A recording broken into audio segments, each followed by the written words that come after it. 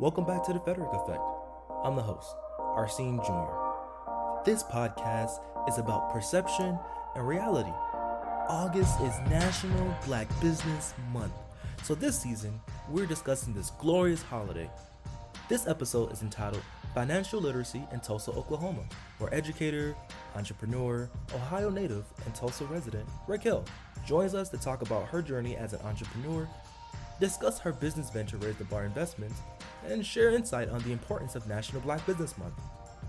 This is an episode that you want to listen to all the way through because word on the street is there's a Black Wealth budget workbook dropping soon. Check out the full episode for more on this. Thanks for listening.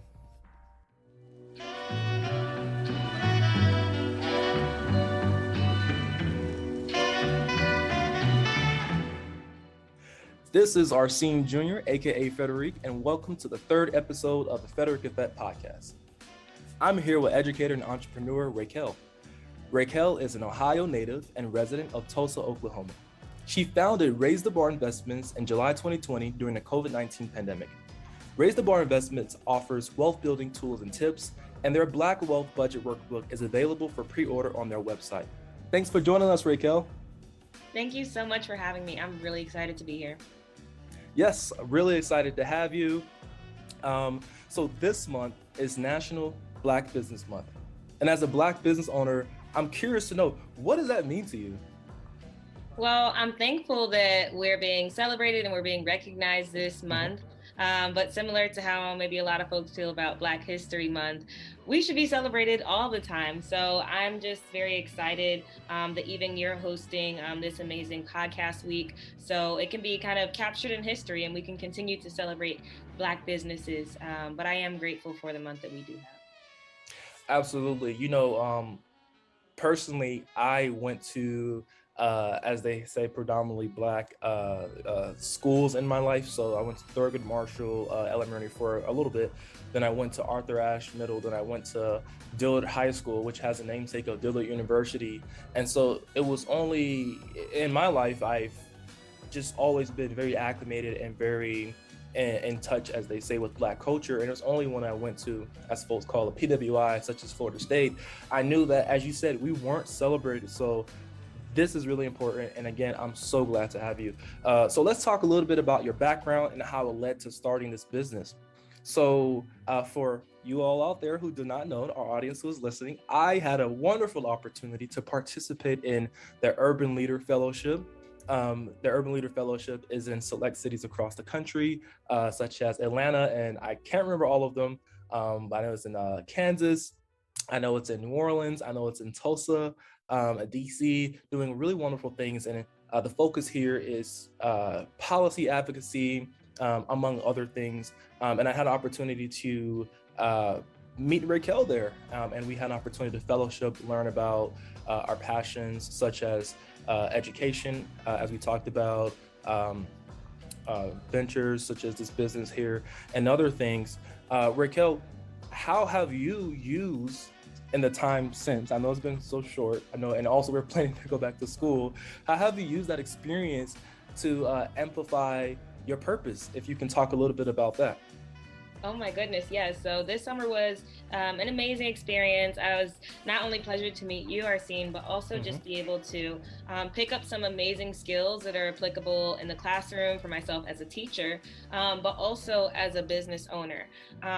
And being a business owner, I know that I can do certain things, but I'm also limited by the policies around me. And also being a teacher, I can do certain things in my classroom and take certain liberties, but I'm limited by the policies around me. Hopefully I see a future one day where we are benefited by the policies around us, right? So in this short amount of time since that fellowship, my view around policy has changed, and I feel actually very empowered to continue some of the change. And I brought from, our work in New Orleans, I'm bringing it here to Tulsa. So I'm excited to see how that manifests throughout the year.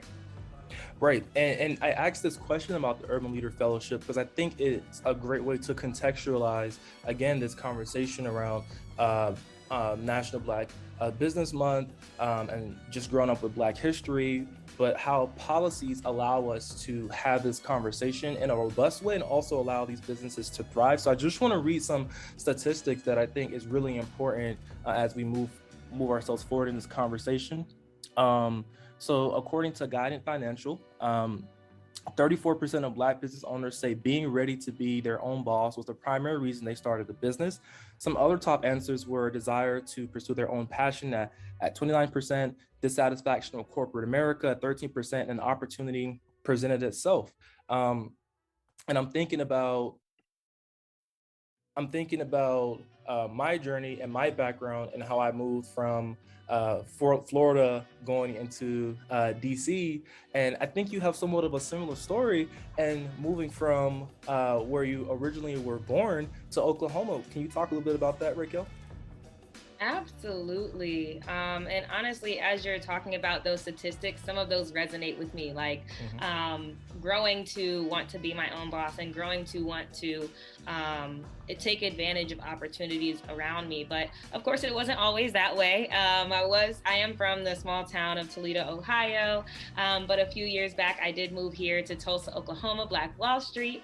And I'm so thankful to be here. So thankful. But I didn't just plop here, right? What led to me moving to Oklahoma?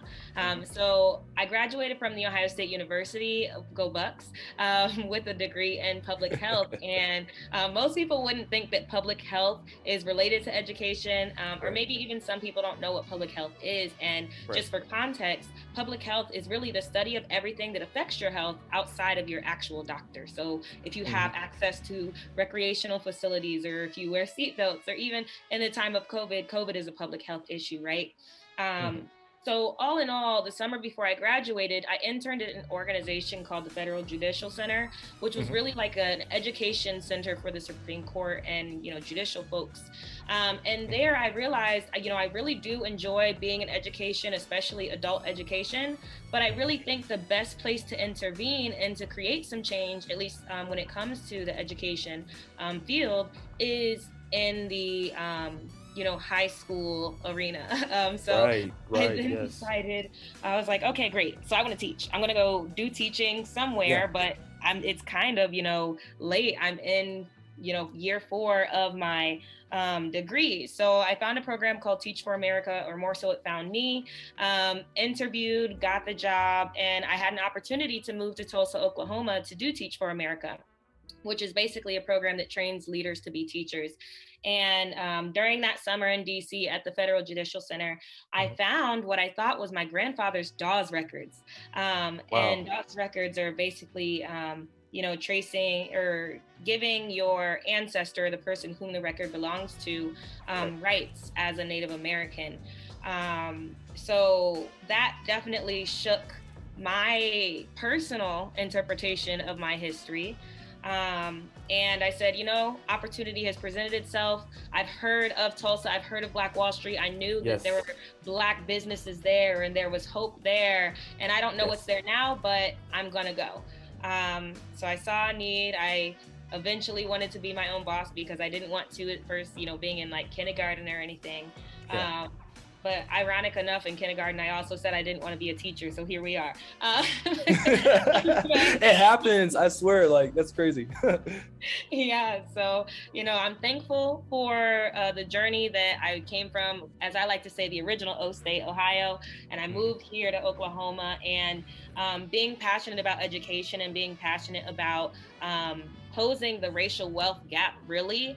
That's what led me to create Raise the Bar Investments. And really what we're here to do is bridge the gap, again, for the racial wealth gap through small compound initiatives.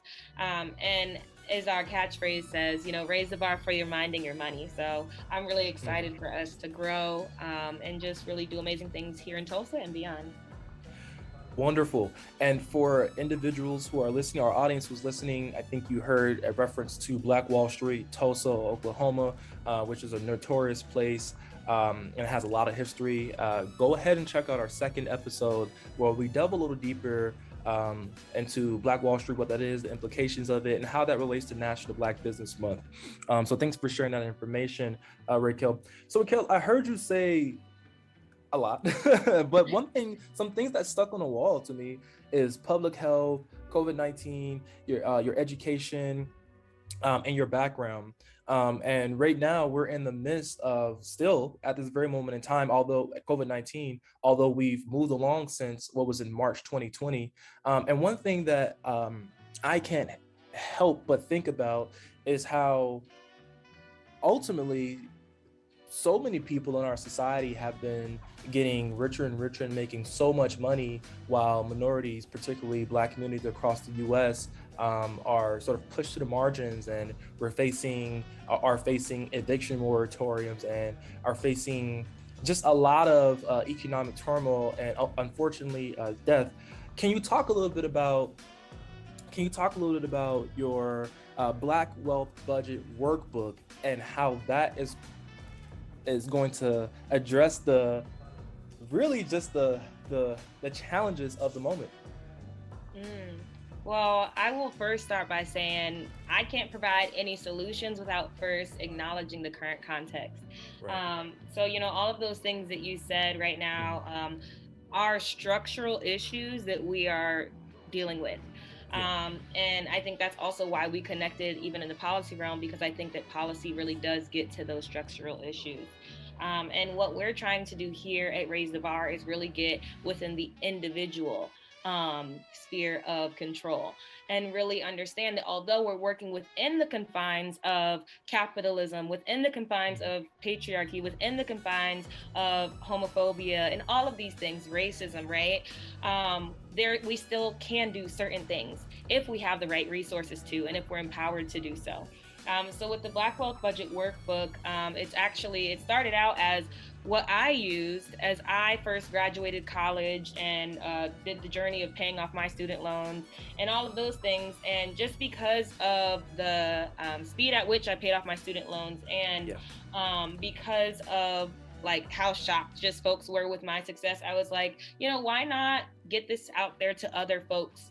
And also being at the same time I was creating Raise the Bar Investments. So I was like, I want to do this as my business because my business is really a ministry. So when it comes to the Black Wealth Budget Workbook, Absolutely. what it is it's a guide to view wealth holistically and to be able to take agency and learn the skills needed to be able to take agency strategically. Strategically is so important. So strategically towards your financial goals and your wealth building journey. Wow. And it's probably I'm probably excited about a lot of things right now, right? Because I'm just like jumping, listening to what you're saying and taking that information in. I'm excited that we're back for, first of all, with the podcast, but more importantly, to hear this piece about agency. Because a lot of times in these conversations, I think we forget that piece. At the end of the day, you're absolutely right. We are human beings, and we do have a choice to be able to claim our destiny. But unfortunately, again, as I mentioned to you, there's just so much barriers that are put in the direction of a lot of Black communities across the U.S. that prevent folks from doing it. So that is really important. And just for the folks who may have not heard it the first time, where can we find this budget workbook? Yes, so the Black Wealth Budget Workbook is available for pre-order now on rtbinvestments.org. That's RTB as in Raise the Bar, investments.org. Wonderful. All right, everyone, we'll be right back. Now featuring a promotion from Raquel and her business, Raise the Bar Investments. All right, y'all, time to talk about something really important. Have you ever considered building wealth for your last name? When I first entered the workforce, I had a lot of questions, even after college. Now, how did I pay off my student loans in under a year and build and practice healthy money habits? The answer is really simple. The Black Wealth Budget Workbook. Created by a nationally certified financial literacy educator, this is the tool to perfectly manage the bag you've just secured. It's simple, provides a holistic view of wealth, and it's easy to navigate for all adults. So, if you want to start building wealth, head over to our website, rtbinvestments.org, and pre-order the Black Wealth Budget Workbook today. Go ahead and subscribe too, so you don't miss out on our upcoming events, tips, and tricks.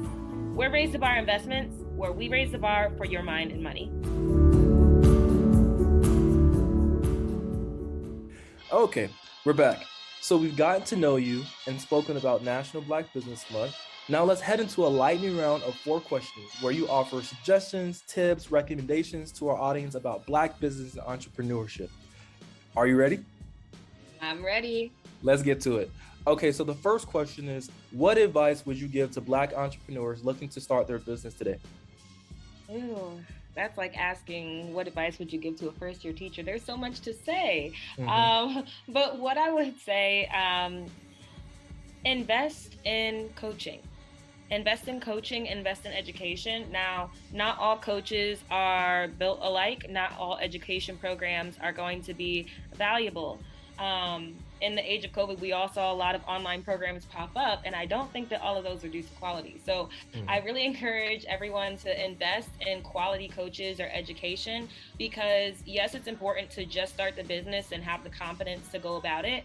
But if you just start the business and you don't actually have the backing for your business plan, it's going to be a lot harder to be able to get funding from banks and things of that nature. So I would say invest, invest, invest. Invest, invest, invest. I see what you did there. Invest, invest, invest. Raising the bar investments. That's pretty cool. What skill do you think is vital to succeed in your industry? Easy. Emotional intelligence. Emotional intelligence. That's any industry, though, honestly. Talk about it. Oh, and you know something, and I am glad that again we're connecting here, because I'm thinking about my group, and the work that we did, and we talk a lot about in education specifically, which is also where you work as well, how there's just a big need for that at the staff and at the professional level, because sometimes there is just a lack of that. So that is just, yes, let's just do a round of applause for that one. The next question: best educational resource that you would recommend to someone interested in getting started in your industry? Ooh. All right, so I'll have to give 2, but it's only because one is about emotional intelligence and then one is actually about like building a business. Right. Actually, I'll say this: Rich Dad, Poor Dad. Rich Dad, Poor Dad is a classic. And before you start to build a business, you have to understand your own psychology around how you view money and how you engage with money. So I think that book actually does a great job of talking about the technical skill as well as the psychology behind it. Nice, nice. Okay. And was there a second one, or did I miss that? No, I'm just gonna put it all into that book. Wonderful. Okay. And then the last one here, which is not a question, but more so of a statement: shout out a Black business or team that you admire today and you think our audience should check out during National Black Business Month. Oh, yes. All right. So I'm going to shout out a Tulsa business. Both of the founders are natives of Tulsa, Black Wall Street, and it's called Rich Melanin. Okay. It's actually water. And I love this not only because I'm a biology teacher and I care about our health, Yes. but this water is actually alkaline. So you can do research on all the benefits of alkaline water, but they ship it all over the country. So definitely check out richmelaninwater.com. Black owned, Tulsa based alkaline water. Get yourself healthy, y'all. Yes, get yourself healthy is right. And again, as we mentioned, we talk a little bit more about Black Wall Street and Black businesses in Tulsa in our second episode, but just a shameless plug: there's a documentary that was produced by a Florida State alum called The Legacy of Black Wall Street, and it's on the Oprah Winfrey Network.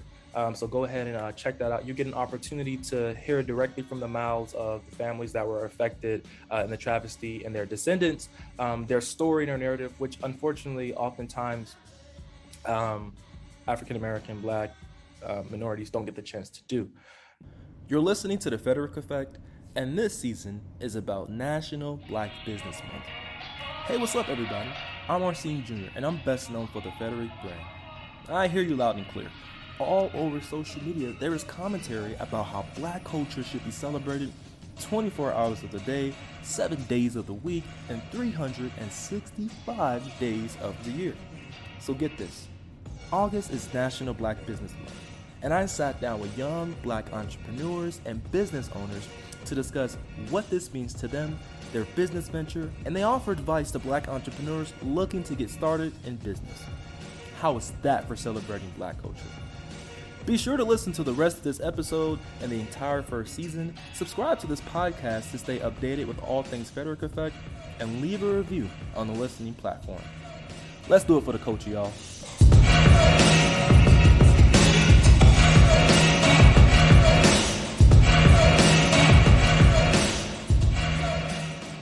And we're back. You're listening to the Frederiq Effect podcast with host Frederiq and guest Raquel, educator and entrepreneur in Tulsa, Oklahoma. Raquel, we talked about so much in this podcast, and again, so grateful for having you here. Where can everyone find you? Well, thank you, first of all, for having me and allowing me to share time and space with your audience.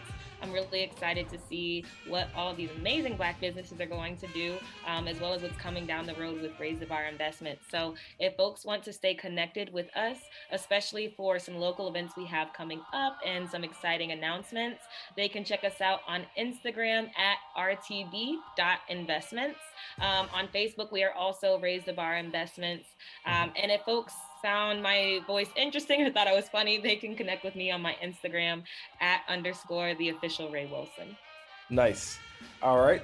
So everyone tune into our next episode with visual creative Barandu New X, where we talk about his business venture, Nefabraka Visuals, and the state of business for Black creatives.